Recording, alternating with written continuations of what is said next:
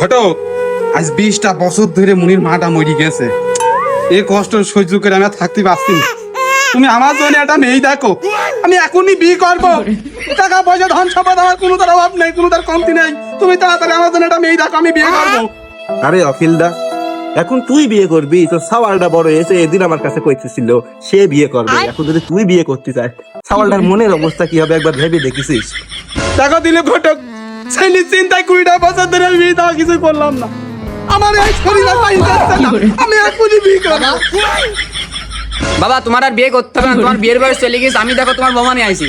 রে, তুই বিয়ে করিস কোন সাহসে? হ্যাঁ, তোর টাকা নেই, পয়সা নেই, বাড়ি নেই, ঘর নেই, সবই তো আমার নামে। তা তুই কি করতি বিয়েটা করে নিয়ে আসলি আমার আগে? বাবা তুমি কলিটা কি তোমার টাকা পয়সা মানে তো আমার টাকা পয়সা, তোমার ঘর বাড়ি মানে তো আমার ঘর বাড়ি। এখন নাই তোমার টাকা পয়সা, ভবিষ্যতে তো আমার টাকা পয়সা হবে। ভালোবাসা মন থেকে হয় বাবা, টাকা পয়সা দিকে হয় না। আরে পুটলা, তুই যে তোর বাবার কাছে কষি করে ডায়লগটা দিচ্ছিস ভালোবাসা টাকা দিয়ে হয় না, বলছি তুই যে মাতারিটা নিয়ে আসলি সে কোথায় গেল? কাকা তোমার চোখে কি নেভা পড়িছে? তুমি দেখতে পারছো না পেছনে আছে? অখিলদা, হ্যাঁ, দেখাই দাও। গো শুনছো, এদিকে এসো। মনা, তুমি আমাকে ভুলে যাও। টাকা যেখানে আমি সেখানে, বয়স ডাজ নট ম্যাটার। আজ থেকে আমাকে মা বলে ডাকো। বাবা তুমি কি করলে বাবা? এই, খবরদার আমার স্বামীর দিকে আসবি না।